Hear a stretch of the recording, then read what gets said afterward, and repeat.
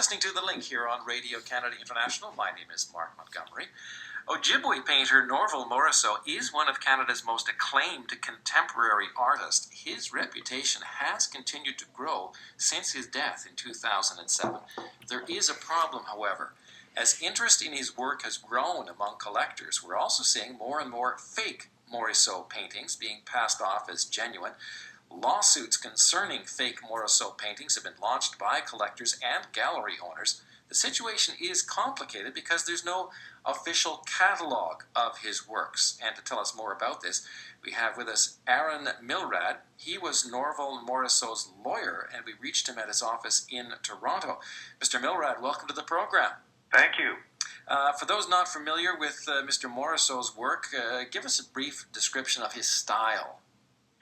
Well, Norval is perhaps, or was perhaps, Canada's most original artist. His work arose out of the traditions and legends of the Ojibwe people. It was not founded on Western civilization type art. It did not depend on prior historical art of the white man, and it did not arise out of the Group of Seven or Painters 11. And that's why I say that Norval probably is one of the most original, if not the most original artist that Canada has ever produced. When we talk about, in the intro I said there's no official catalog. For those who are not familiar with the art world, what is a catalog? Well, where possible, a catalog raisonné is created for the totality of the artwork created by well-known artists. And they may take a lengthy period of time to put together. This is just happening now with many of the Group of Seven and some of the earlier American painters of the 40s, 50s, and 60s. And it takes a great deal of research, time, and money to put together because you have to have, firstly, experts, cooperating collectors, cooperating dealers, and cooperating museums. And ultimately, when you do finish, you have this catalog of all the original works which are accepted as valuable and important works, whether they are small, large, or in any medium, to catalog the history of that artist's work. So basically, it's like a book saying everything he did, and you can look at that and see if a painting for sale is in that book, so whether it's his or not, theoretically. That's correct, and one of the interesting things is that even after these catalogs are put together, and they may run 4, 5, 6 different volumes, or now on the internet, we always come across additional works that we didn't know about. It's sort of a treasure hunt and a lot of fun. But in putting these catalogs together to document what is and what isn't the artwork of a particular painter, you've already stated that it's lengthy, time-consuming, and often difficult. But I guess in Mr. Morrisseau's case, there is an additional complication, and perhaps you can tell us what that is. Yeah, the additional complication, and it's just, I get angry when I talk about it, is there appears to be a group of organized criminals out there, dealers and collectors and artists, and even some auction houses who are creating forgeries of Norval's work, not unlike creating counterfeit money. And in this case, it goes beyond that in that it affects the reputation of the artist. These works are secondary type art. They are really not very good. They are often easy to spot. We are working on that right now with chemical analysis and with the involvement of the authorities and so on. And they are literally skimming off hundreds of thousands, if not millions of dollars of the Morrisseau market and tainting it and polluting it with these awful works that are coming into the marketplace and being sold to unsuspecting and untrained buyers. But Mr. Morrisseau was also, he suffered from alcoholism, and he had to do a lot of work and sort of hand it away to get more drinks or just get by, didn't he? Well, he was part of the problem way back when.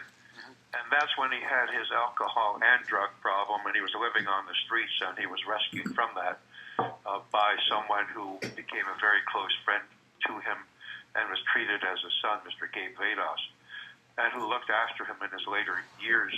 Thank goodness he did, or else Norval would not have lived as long as he had. And the difficulty that we run into is not with these older works, which are problematic and we can deal with them. But what we're running into now are deliberate fakes that are being created by these group of scoundrels, putting them into the marketplace, stealing from Norval Morrisseau his history and the quality of his work. Well, are they coming from a particular area, and why are they doing this? Well, I have to be very careful what I say here, because we have certain things that are going on, and I also don't want to say things that I can't prove. The why is very easy: making money off the back of Norval Morrisseau, who's no longer around to be able to point to these works and say they're not by me. Although we do have a list of a number of works that Norval has disavowed that are available to the authorities. Well, to avoid you saying some things that you don't want to say in relation with potential criminal investigations and so on, how did Norval Morrisseau feel about his works being forged? I mean, he only passed away a couple of years ago. He was very, very upset and very saddened by this, because he did not understand why this was necessary and why he was being picked on in this fashion by people that he felt had to know better than do this. And the fear is that some of these people came from his own group of acquaintances. You mentioned that some of these are easy to spot, but Mr. Milrad, are there fake Morrisseaus that are in fact very difficult to spot, and are these causing problems? Well, there's always an issue in respect to certain works of a certain era, and a lot of the works that are being made available in the marketplace that are fraudulent come from a particular era, namely the 1970s. And we are doing chemical analysis on that type of material, and we'll be able to determine, I'm sure in the future, works that are, even if they look as if they might be by Morrisseau, we know that they are not by Morrisseau because of the materials that are used. What kind of advice would you give to someone who, in fact, is thinking about buying a Norval Morrisseau painting? You know, I imagine now they've sort of spread out across the world. If you're in a gallery, say, in some European location or Asian location, what are you going to do to verify whether or not that is an actual Morrisseau? Well, there are museum people who are quite knowledgeable about Morrisseau. The National Gallery of Canada has got a lot of expertise in that area. We have the Catalog Resonate people who are involved in the Heritage Association for Morrisseau, who are independent museum people and government people who are assisting in putting together this. Norval's dealer many years back, and for a lot of years, was Jack Pollock Gallery in Toronto, and that's where I first came across Norval Morrisseau and working on the first book of his work back in 1977. The book came out in 1978. So I've been around Norval's work for a lot of years. Then later on, the Kinsman Robinson Gallery was appointed by Norval as his dealer, and they are people who sell works that are legitimate and are proper and have come from the estate. Mm-hmm. So there are museum people, there are appraisers around who can look at the work and get assistance on this, as there would with any other work, because we run across this with Picasso's and Salvador Dali's and Chagall's and so on. And it's gotten to the point now where Norval's works are expensive enough and important enough that these people are trying to take advantage of him and the market and take advantage of the people of Canada. Well, Mr. Milrad, thank you very much for talking to us about this today. I appreciate that. You are welcome, sir. And I've been speaking with Aaron Milrad. He was the lawyer for contemporary artist Norval Morrisseau.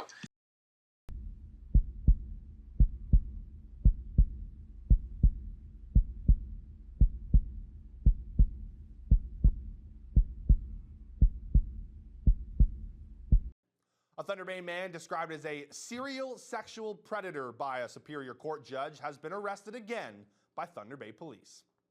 60-year-old Gary Bruce Lamont is charged with sexual assault with a weapon stemming from an alleged incident or incidents that occurred over the past month. In 2016, Lamont pleaded guilty to 5 counts of sexual assault for incidents that took place between 1993 and 2007, involving 5 male victims aged 17 to 24. He was sentenced to 5 years in jail and was released from prison sometime last year. Today in bail court, the Crown did not consent to Lamont's release, and he's now in custody at the Thunder Bay District Jail. His next court appearance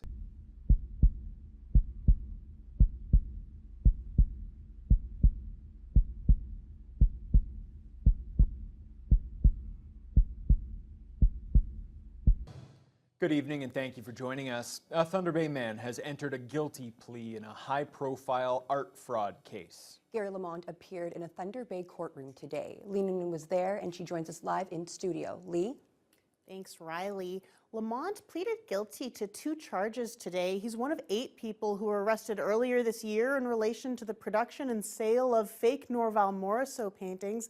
Thunder Bay police previously said they believe it's the biggest case of art fraud in world history, worth an estimated $100 million. Gary Lamont is alleged to be one of the main ringleaders in the years-long art fraud, which came to light in the documentary There Are No Fakes.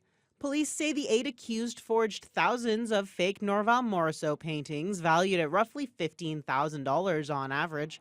Lamont pleaded guilty in court Monday to 2 counts. 1 count of forgery for the creation of false artworks attributed to Morrisseau, and 1 count of fraud over $5,000. At a second hearing scheduled for December 14th, the Crown will ask for the withdrawal of the remaining charges against Lamont, as well as the charges against 1 co-accused, 59-year-old Linda Tachuk, also of Thunder Bay. Lamont will also face sentencing at that time. The court is expecting a fairly large attendance as victims are being invited to attend the hearing if they intend to seek restitution or wish to make a victim impact statement. All identified victims should be receiving notification from the Crown. The Crown is also seeking the forfeiture of the forged paintings and will be reaching out to third parties who may be in possession of the forgeries. Police encourage anyone who believe they may be in possession of a forged Morrisseau to contact a lawyer. Lee Noonan, TBT News.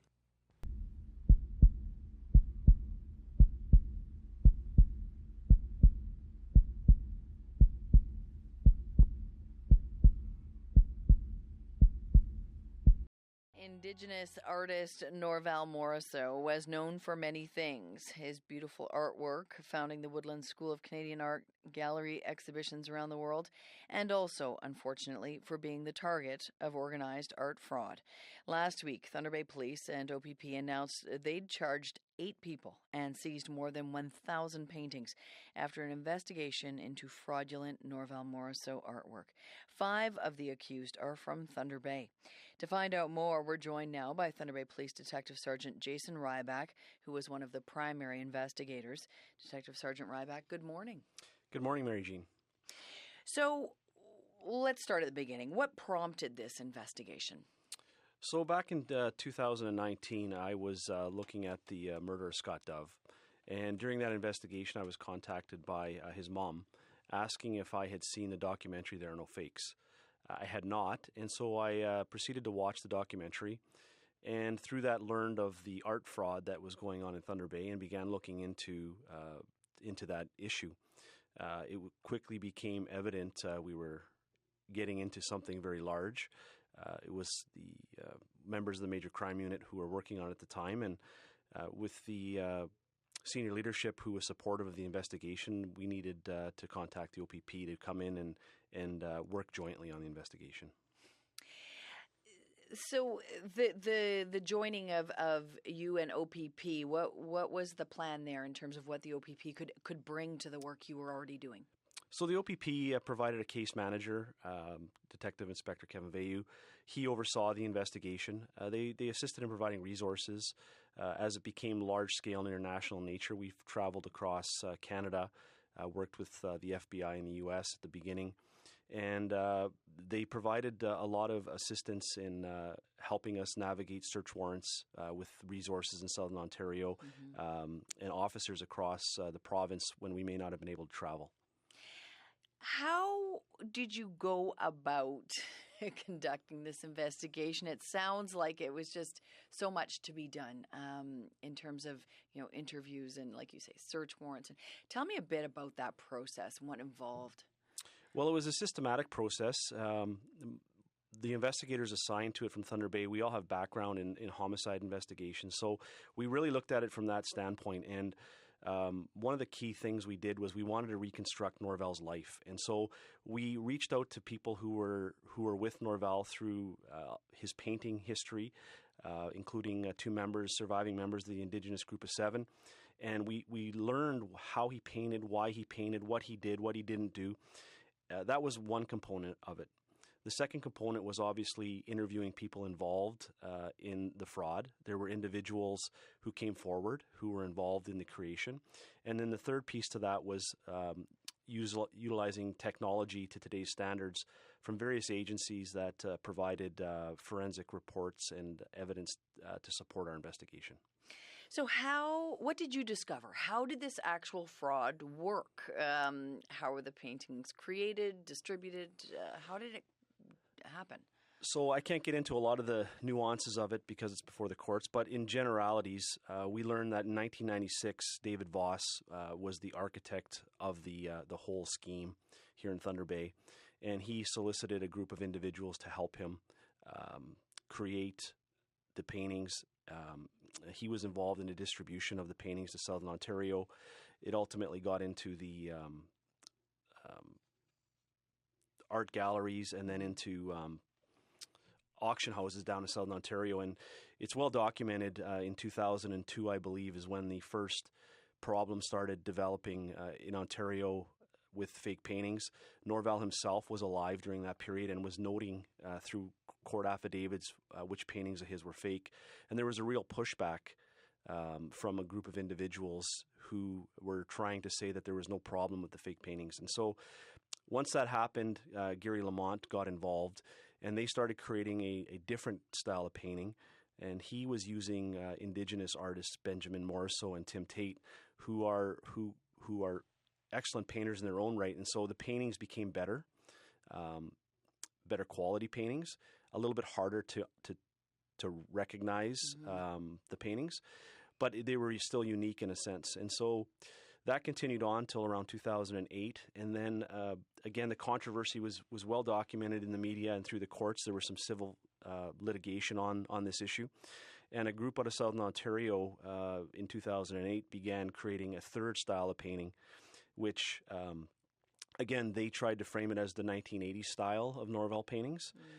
And so there's really three distinct groups. And as you get longer in looking into this investigation, as I have, it becomes quite obvious which painting fits within each group just by looking at them and then looking at how Norval's actually painted his real paintings. The Thunder Bay Art Gallery was fantastic. They have, I think, the second largest collection of Norval paintings in Canada. And so we certainly looked at a lot of the paintings that the art gallery has here. I've been to the Canadian Art Gallery in Ottawa, and a few others have. Hamilton provided great assistance, the Glenbow in Calgary, the McMichael Institute, which have great collections of Norval Morrisseau paintings. So that was a kind of the framework of the four stages of what we did. Wow. A lot of paintings seized. Where were they seized from? We seized paintings all across Ontario. We seized a large collection out in Calgary.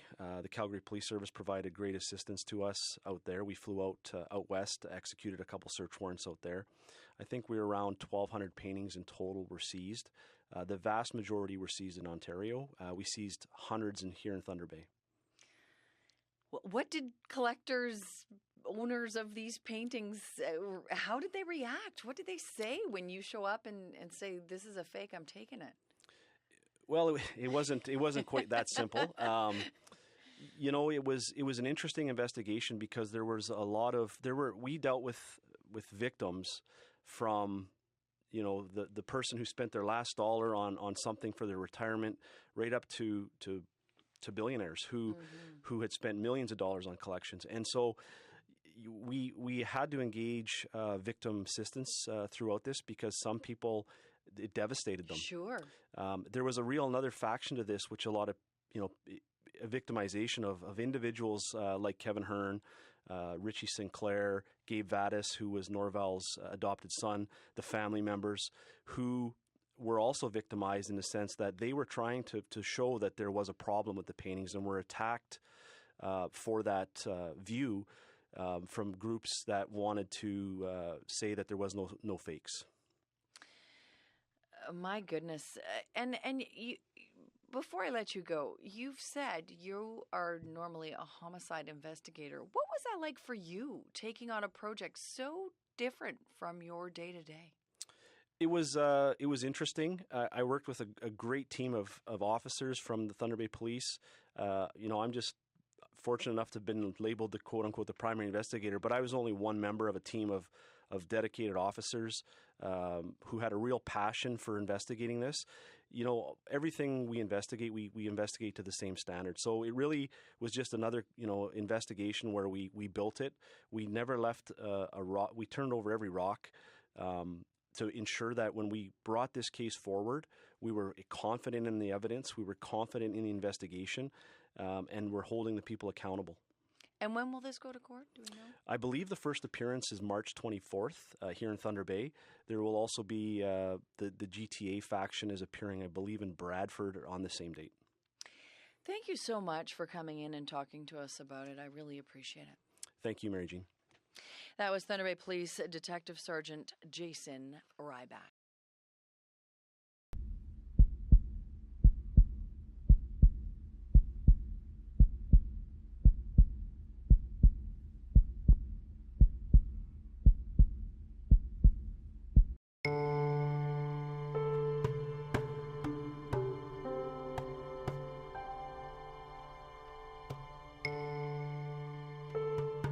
Scott Dove was reported missing to the Thunder Bay Police on the 1st of November 1984.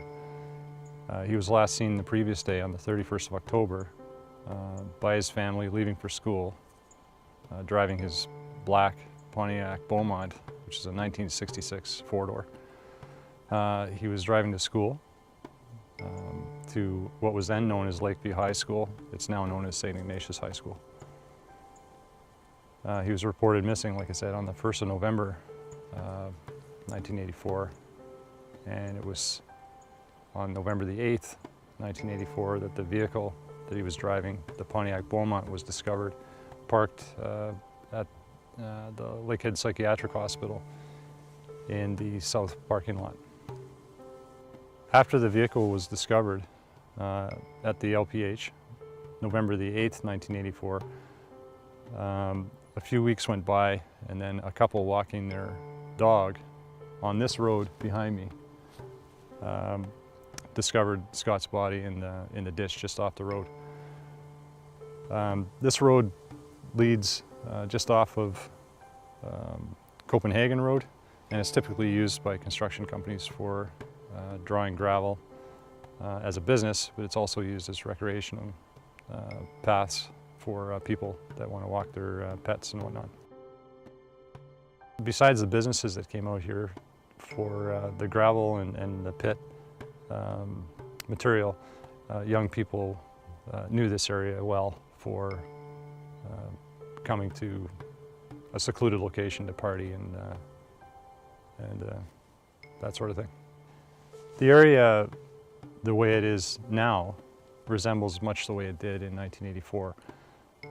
So where Scott's body was discovered, just off the side of the road, isn't typically where someone would try and hide something.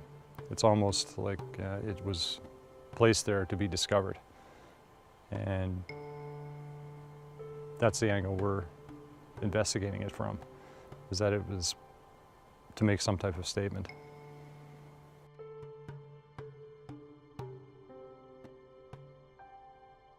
We do believe that there is someone out there today that knows something about this incident and that could assist the police in bringing the person or people to justice that did this act and provide closure to the family and the community.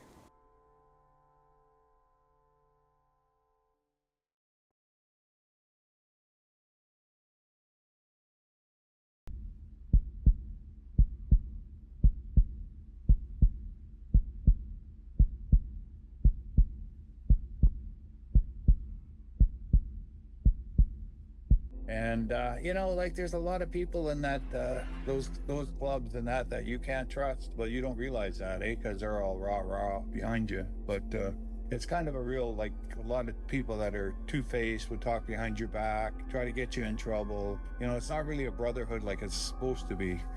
It's a lot of greedy bastards trying to fuck each other out of money, and a lot of untrustworthy stuff. Like I found when I was in the Hells Angels or the Satan's Choice, like the Satan's Choice was more of a brotherhood, but the Hells Angels, you didn't have to worry about any of the other clubs. You had to worry about your own guys. Most guys probably in the Hells Angels probably get murdered by their own members, you know, for some greedy financial reason or otherwise, or just, you know, who knows why. But you know, there's a lot of history of it. Let's go back and let's talk about your relationship with Gary Lamont. First off, your relationship with Danny Ranta. Who did you meet first? And the particulars of their relationship, their business relationship, how you first met Danny Ranta and under what circumstances, and tell us about the business that you guys were all involved in. It was marijuana business. Like I said, I used to have a house on Pearl Street. I used to sell pot out of that address. And Danny Ranta, he was a real younger, I'd even say preteen, and he'd show up there with all this cash and buy pot. And I guess him and Gary were partners in this, and Gary would buy a lot of pot too, like, you know, thousands of dollars worth, and he would sell it and have people selling it for him. And he always seemed to have a little entourage of natives, because he was from Beardmore. He didn't look nothing like a native, but somehow he associated himself to the natives, and he did have a lot of younger native friends, which seemed kind of weird at the time. But he also had a wife, and, you know, he played like a straight guy, like he didn't play like he was gay or anything like that. But I guess later on in his life, you know, he was convicted. Let's go back to where, before 1984, and the relationship you had in terms of selling marijuana to Gary Lamont and Danny Ranta. Explain that relationship. Gary Lamont sat at a house, but what was Danny Ranta's role? Well, they seemed just like they were friends and also business partners. But Gary, like, he had epilepsy, and he used to have fits and everything. And when he got excited and to me, that's what would make me think that he wasn't capable of a lot of the stuff that he was capable of. You know what I mean? Because he being epileptic, and he had pancreatitis, and he was always sick, and he wasn't always real healthy. And then that epilepsy, I don't know, it's to me, it's like seemed like if he got excited, he'd have a fit. So to me, I didn't really think that he could be capable. 1984, Gary Lamont is selling weed to high school students at Lakeview, and he's got a place that's close to Lakeview. Danny Ranta is partners with Gary Lamont, but what does that mean in terms of selling marijuana? And where would Danny Ranta sell his marijuana? Where would Danny Ranta sell his marijuana? Mostly to all his friends, like high school. You know, he seemed to have a lot of people that, you know, because of that age group that wanted to buy it, but mostly in North End, Port Arthur, and, you know, quite possibly a little bit of rural Finlander customers. And he was just out there. He had a house in Current River, and then he eventually sold out of there. And then he pretty well was like a candy man for Current River for a little while. Is that, what year was that? It was after 1984 when he bought that house, probably about 87. Well, how about 84? 84, he probably still living with his parents.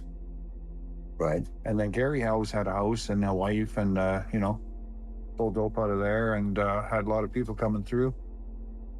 So in 1984, he lived on Fitzgerald, and that was a house? Yeah. That was a house, plus they rented rooms to students, and they had Yogi living in the basement. He was about a 400-pound guy that he'd come up from the basement and sell you the weed. Right. It was like, I don't know, he was I think he eventually died, but he was a real big guy, but he was real smart. Like, he was an accountant, but he also was a friend of Gary's and sold weed for Gary and lived in the basement. But, you know, they'd have a full house of people all the time. So how were Danny Ranta and Gary Lamont partners? Well, it was more like, they both sell weed. They put their money together. They'd buy together. Mostly Gary was like the boss, and Danny was like the junior partner. And they just seemed to hang around a lot, and they were always putting money together to get weed. Right. And was Danny Ranta in high school at that time, Yeah, he had started out. He was in high school. Well, do you know in 1984 if he was still in high school? Oh, guaranteed. And how old do you think he was? 17? Yeah, something like that. In his teens. Gary Lamont was full time. He would open when? In the morning? Yeah, when people got there. So he was open. Yeah. And Danny Ranta lived at home with his parents, so he would sell maybe at high school. Yeah, he'd be out and about in the community selling weed, And, he was hanging around Gary's quite a bit too. People would come there looking for him. Oh, they could connect with Danny through Gary. Yeah, they were always together quite a bit. Right. So, yeah.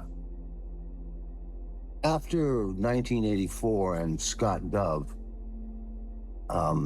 you say that you told me that you had nicknames for these guys after that. Yeah, we call them the Killers.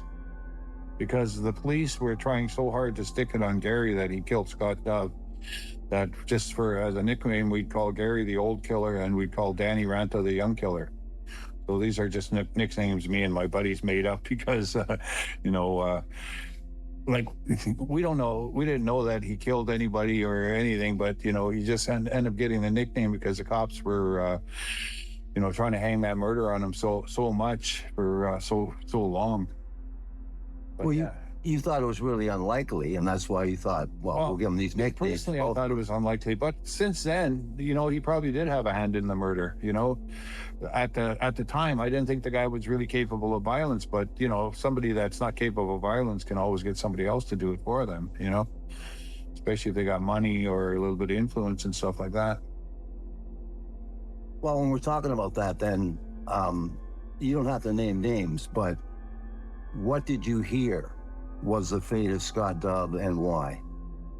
Well, I heard that Gary gave that Scott Dove up to two other guys to take him and do whatever they wanted to him. And, I guess, I don't know the particulars, but that's all I heard. And do what with them? You said that these guys were notorious for what? And so what? Well, one guy stabbed one of my friends, and the other guy was a crazy fucking drug ripoff, fuckhead, pardon language. Well, they're both two really unsavory characters. I don't want to name any names, but I don't have any proof or any. It's just kind of something I heard through the grapevine. And the guy that told me said it was like pretty well general knowledge that this happened. So who knows? Anything's possible. So the motive was that he was resisting a sexual advance by Gary Lamont? Possibly, or they were putting it on him that he was a police rat or an informant or something. I don't know why exactly the kid got it or whatever, but this is just what I heard, through the grapevine from another guy that seemed to be closer to those people and that knew them better. And that's basically what he said. You talk about that he had so much heat. You talked about him at the courthouse. How long are we talking that you understand that he has got a lot of heat on him for the Scott Dove murder? How long do you think that takes after? I don't know. I'd say up to about 5 years. They were bugging him, doing everything they could to pretty well hang that murder on him. Also raiding his house all the time. And what were they doing to pin it on him? Give me an example of what they were doing. Well, it's just like, okay, the word was that Scott Dove left his house with $1,000 to go to Gary's house, and that was the last time he was heard from, okay? So that rumor just caused the police to just make the guy's life miserable. Like, he ended up in jail over it a couple of times and stuff like this. And they really did try to, he's a number one suspect, and they really did try to make a case against him, which they never did, but it's still kind of a mystery of what really did happen. So I don't know, about 5 years, I'd say they made his life hell over that murder. Wow. And what would he say to you about this hassle by the police? Well, he always denied everything. He said, no, he didn't, he was not involved. And, he denied, that he had anything to do with it. And, just knowing the guy, I believed him because he seemed sincere. And I knew the guy not to be, other than what he appeared to be, was, kind of a pacifist. And, I didn't know him to be violent. Like, I never knew him to get into any fights. Was he a big guy? Yeah, he was fair size. Yeah. Yeah. At one time, I don't know how big he is now, but... And he was a few years older than the kids, eh? Yeah, he was always older, yeah. He was kind of in between, younger than me and then older than all these kids. The kids were all like teenagers. When did you first ever speak to police about their suspicions about your involvement with Scott Dove? When was the very first time? And you had spoken about it before. Can you remember sort of the kind of gist of the conversation when they did come and they did ask? Well, I just explained. They asked me questions just like as you're interviewing me down at the police station, and I told them I used to sell Gary weed, and I think I was even a suspect, the way they were treating me and stuff. But and I think that was coming from Gary and his wife, because his wife cleans houses, right? And she was cleaning a friend of mine's house, and she told them that I killed Scott Dove. And then after that, I get all this police attention, like. They were here 4 or 5 times asking me questions, taking me down to the police station for his interview and all that. And I'm pretty sure that came from them people. They knew where Gary Lamont got his marijuana from. Yeah, it was in the Satan's Choice, so that kind of would throw kind of a blanket over it. It was choice dope, and, people usually have to go alone if they, we were like not possibly protected by the club, but people didn't fuck with you anyway. Well, I don't think people will understand that. What people may have thought, and what I believe from what people have told me, is that Gary Lamont, after 1984, used the association between you to imply or insinuate or imply that he was somehow involved with the Satan's Choice. Yeah, I'm guaranteed. He bought a motorcycle, he had tattoos, he tried to look the biker look, he wore support clothes, that anybody could buy. Yeah, sure, of course. Play it up as much as he could. Like, I wasn't the only guy in the Satan's Choice that sold him dope either, so there was other guys, they possibly, whatever, he could play the role of, because of them too. I didn't know that. But in 1984, what were you selling specifically to Gary Lamont, as far as you could remember? Pounds of marijuana. Marijuana? Yeah, come from BC. Hollywood, Halloween 1984, marijuana? Oh yeah, guaranteed. What else would Gary possibly be selling other than that? I don't think anything else, really, to tell you the truth. Like, him and Ranta were into coke, but they were mostly into it just for personal use. And as far as I knew, he'd just sell either smokables like marijuana, hashish. I don't even know if he ever got into the honey oil or any of that, but just smokables, basically. Tell us more about what happens eventually with you and marijuana and convictions. Oh, I got busted for 138 pounds of Thai weed, a couple of kilos of black hash, and a whole trunk full of automatic weapons. And I ended up getting a sentence of 3 years in prison, Stony Mountain. Well, that was one of my beefs. But, I went to court a lot and went to jail a bit, off and on for about probably 30 years. What was your sentence for the 130 pounds, and what happened with those gun charges? Well, okay, the thing is, my girlfriend was involved. The guns and the marijuana was in the trunk of her car in her name, and the guns were in her apartment, right? So what happened was we went to court for about 3 years, and then they basically gave us a deal. She could go to jail for 18 months if she accepted that was her guns and marijuana, or I could take 3 years. I'd have to take the blame and she'd walk. So I took the blame, she walked, I got 3 years in Stony, and they dropped the gun charges. So to this day, I still don't have any violence on my record, but I got marijuana, what's the charge? Trafficking illicit substance or something like that. But anyway, I got 3 years for basically 138 pounds of marijuana. And what year was that? 1992. How much time did you do, actually? I did a year. Yeah. 2 years on parole. which is a big deal. Like now it's legal. Back then, very few people got busted for that much dope. And, it was kind of at the time, it was like a groundbreaking. After that, a lot more people were coming to get busted for a lot more dope. But up until that time, it was a pretty big bust for the cops at Thunder Bay. Now, can you tell us what Verge told you? And again, he told me as well, but can you tell the story again of what the police did with their interaction with Verge, your friend Verge?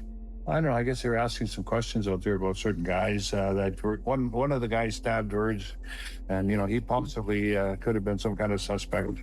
So they went all the way to BC and went to Verge's house in Surrey, British Columbia, and they interviewed him and asked him questions about this one guy that stabbed him before, and he was possibly a suspect, and that's pretty well the long and short of it there. Did they ask him about anything involving Scott Dove at all? Well, not really. They're more like asking him about this one guy that maybe they thought that he had something to do with it. I don't know. Verge didn't know Scott Dove. He didn't know anything about it, even living in Vancouver. He may have heard about the murder or not. I don't know. But they were more interested in this other person that had stabbed Verge before, and, he had kind of a criminal history of violence. Well, you heard the same name. You heard the same name of the same person. In the rumor. In a rumor. And yeah, maybe that got around to the police. And the police just happened to have that same name. Yeah. In questioning of Verge. What did they ask you about Danny Ranta? Just about, his relationship with Gary, and did he buy weed off me? And that was, how long I knew him, where I knew him from, stuff like that. That's about it. So in the questioning of you about you sold marijuana to Danny Ranta, you sold marijuana to Gary Lamont. And they were trying to beat around the bush saying, well, what would happen if somebody pulled a big ripoff, like more or less if Scott Doves pulled a ripoff and that's why he was killed and stuff like this. And I said, well, basically nothing. Like people rip people off all the time in Thunder Bay. And, the worst thing I've ever seen is a guy might get a shot in the head for it or something. It seems inconceivable to me for, somebody to murder somebody over a fucking dope ripoff in Thunder Bay. So they mentioned dope ripoff? They'd never ever mentioned... Yeah, they mentioned that. Like as if, push it in direction of maybe Scott Dove ripped off possibly me or somebody else, and maybe that's why he got murdered. But to me that's inconceivable. Was Gary Lamont or Danny Ranta in the practice of fronting marijuana to high school students and racking up a huge debt? Not really. Everything was pretty well cash business. There'd be no motive. Would there be any motivation to front him enough large amount so that he could get over his head? I don't think so. According to the witnesses at the inquest, he'd been selling marijuana for possibly a full 60 days. Yeah, probably. That's it. And selling grams as far as any testimony. So is it even possible for you, or Gary, or Danny Ranta to have had any motive to give this guy enough money that he would be in any kind of serious debt? No, there's no possible way. And even if you are, I've had people owe me money. I do now, thousands and thousands of dollars. And the only thing that really happens is I don't talk to them and they don't talk to me, That's basically the way things go. I don't think it had anything to do with anything like that, Just, the dope business is like the retail business. You lose so much on bad credit. Right. And that's how it goes. You just go on ahead and make more money. Your membership in the Satan's Choice, did you sell marijuana to Gary Lamont and Danny Ranta, or did the Satan's Choice sell? Well, I did personally. Yeah, the Choice had nothing to do with it, but it's just that I was a member, and the Choice never got no money out of it or nothing, So that makes it so it was just between me and them. But usually when you're in something like that, people they treat you with more respect. As far as the drug world.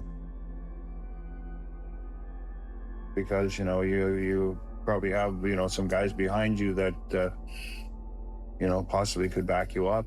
What was the rumor you heard in terms of the condition of Scott's body? Did you hear anything? Well, you know, I've heard everything like that. The kid had his tongue cut out, his privates cut off, put in his mouth, all this crazy, bullshit through the community. But like nobody like really knows for sure. I think people just make stuff up, or you know, they jump at assuming stuff.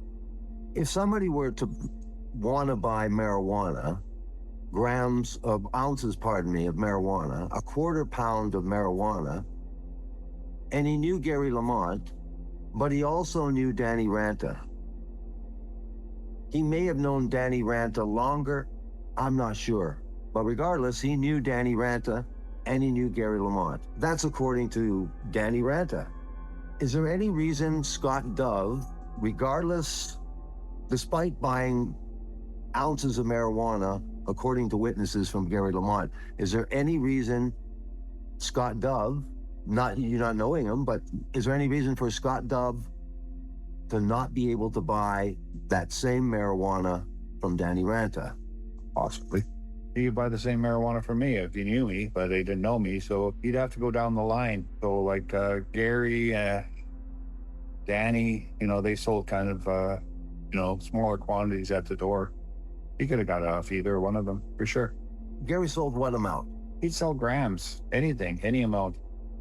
From grams to pounds, basically. Well, what about Danny? Pretty well the same. So they both had access to any amount, or 10 pounds at a time. So if Scott Dove wanted to make a drug deal, wanted to buy some marijuana, he could have arranged a marijuana deal in the morning. Would Gary Lamont do a drug deal outside of his house? The guy's so hungry for money, he'd fucking probably do anything. You know, like they used to sell dope there 24/7. You know, you go there basically any time and somebody would answer the door.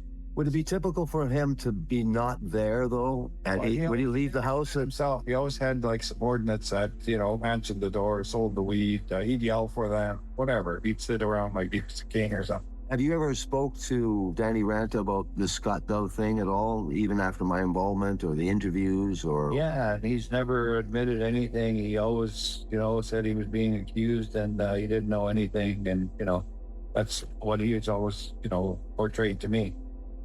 How was he being accused? Did he ever expand? I've probably been bucking around questioning him over the years. And, you know, he was pretty tight with Gary at the time when Gary was getting all the flack. So he probably felt some of it.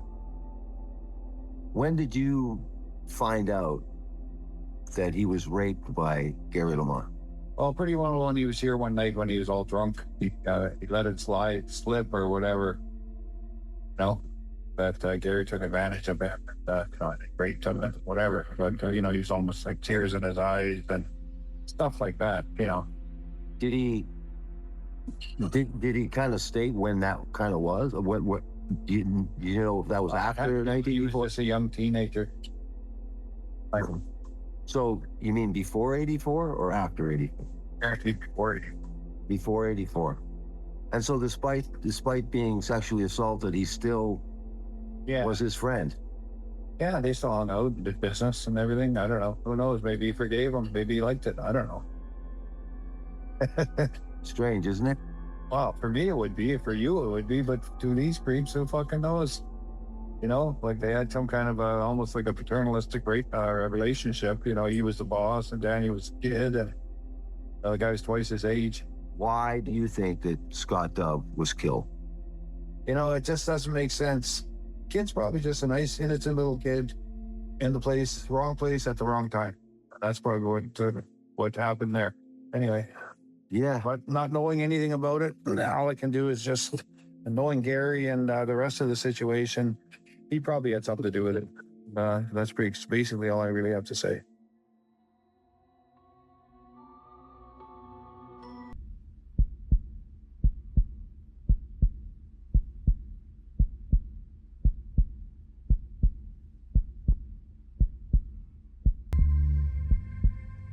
This is the greatest art scam by far in all Canadian history. There have always been fakes by famous painters, but none of them that even begin to be on this scale. 3,000 fake paintings is a lot of fake paintings. So I'm not surprised that many people opposed our view that the paintings were fakes.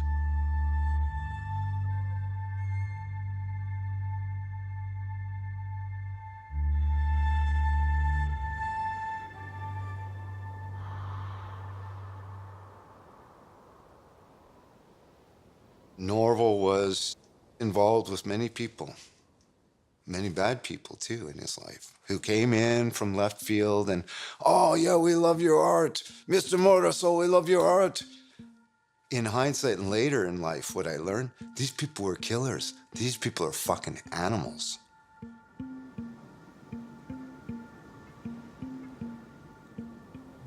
Well, the more you dive into a pool of garbage, the more you get to know the garbage within it.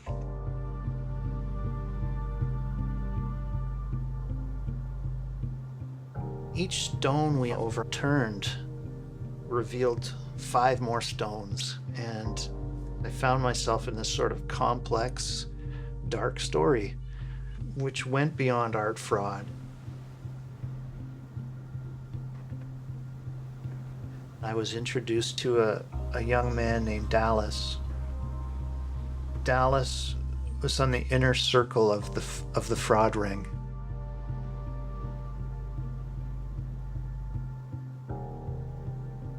How do you feel having been part of it? I wish I wasn't. I wish, things turned out different for me, but I was dealt the hand I was dealt, and I just gotta play it out the best I could, I guess. And he worked with a man named Gary Lamont. He was a white guy, pretty big, scary. Yeah. I learned that how deeply involved Gary Lamont was in what was going on. Gary Lamont? Yeah, Gary Lamont. Who is he? How does he fit? Gary Lamont, I met him. He was selling Norval Morrisseau paintings on eBay. Gary Lamont was a drug dealer in Thunder Bay here. He's well known for being a biker, badass.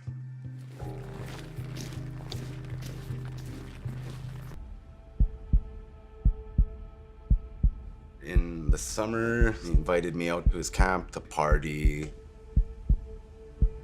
It was just north of the city on Warnica Lake. He would only come out a couple nights a week. And I'd just stay out there, look after it. He stored all of his drugs there. So it was like a fortress, right? Once you locked the door, you couldn't get in or out. There's bars on all the windows and doors. As you can see, the bars on the windows, those were on every window. Barriers on the doors, big steel cages for the doors.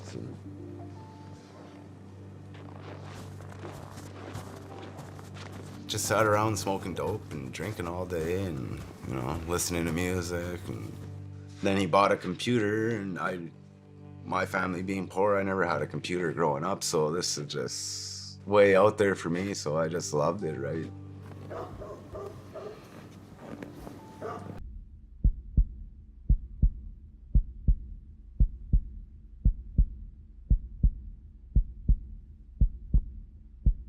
And then he was buying artwork too, right?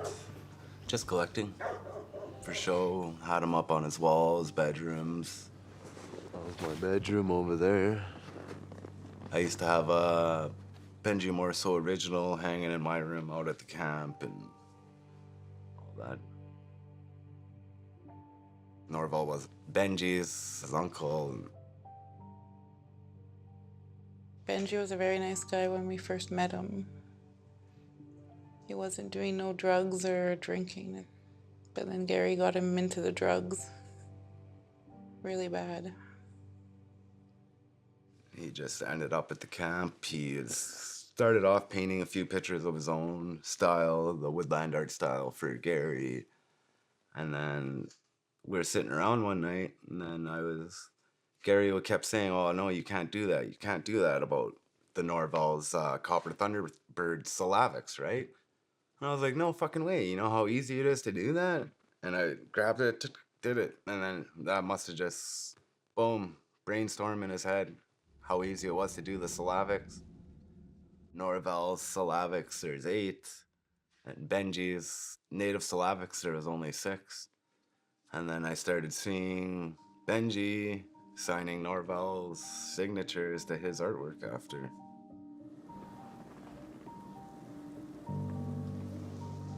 Yeah, this was the guest camp here. The guest camp that was also Benji's art studio. That's when they started making the fakes.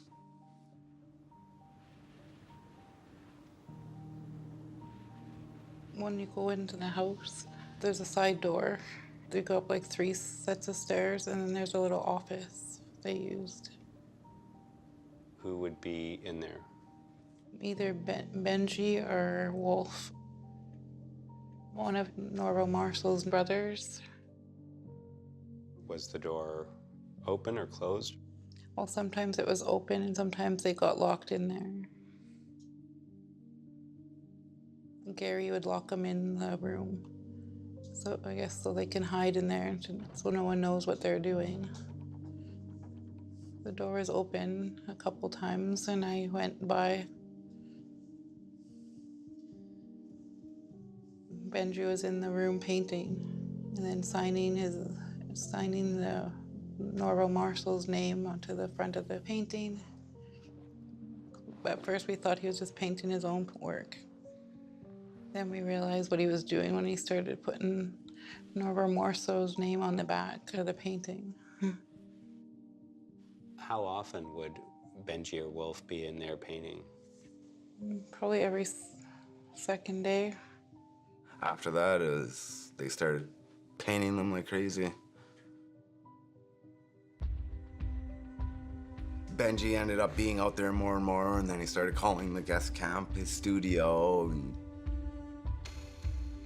Gary's a steady supply of booze, drugs.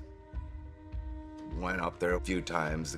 Benji was making backgrounds for the paintings and all this stuff, rolling around butt naked in paint on canvas when he's all messed up. And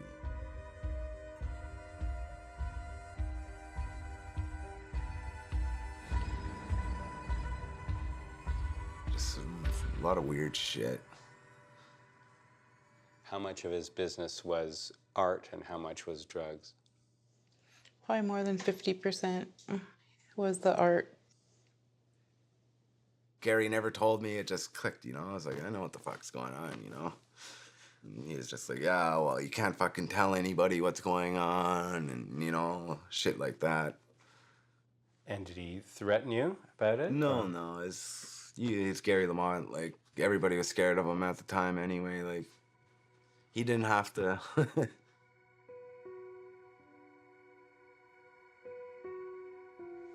Everybody knew his reputation around the city. Well, he used to tell people what he can do to people. Gary used to say he's able to get people murdered.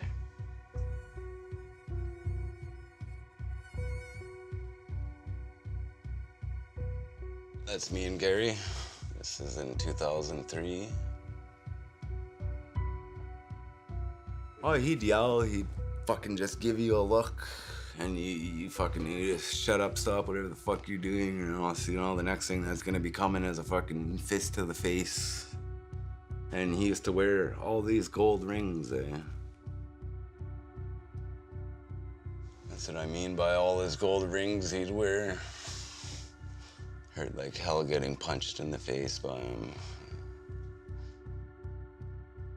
Just come out of the blue, you'd end up fucking saying something, like, you know, just joking around, say something you didn't like, and, you know, you get fucking, you know, what the fuck, you know?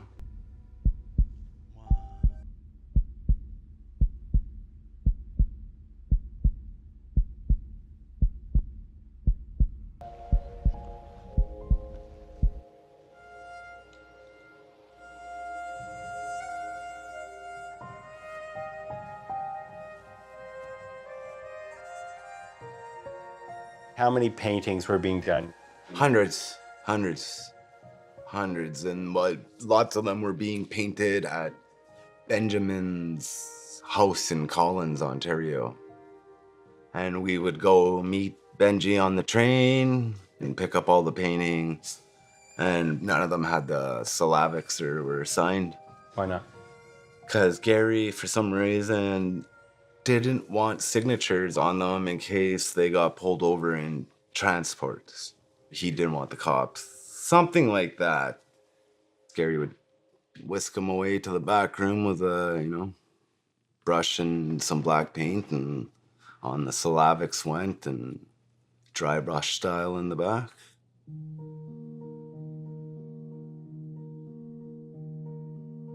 Some of them had dates in that, like Gary would say what year they are and everything, right? Like he acted like, he had a special bond with every single painting. Like to me, a lot of it all looked the same. So I'd end up taking out like every picture out of the roll, and it's like, okay, is it this one?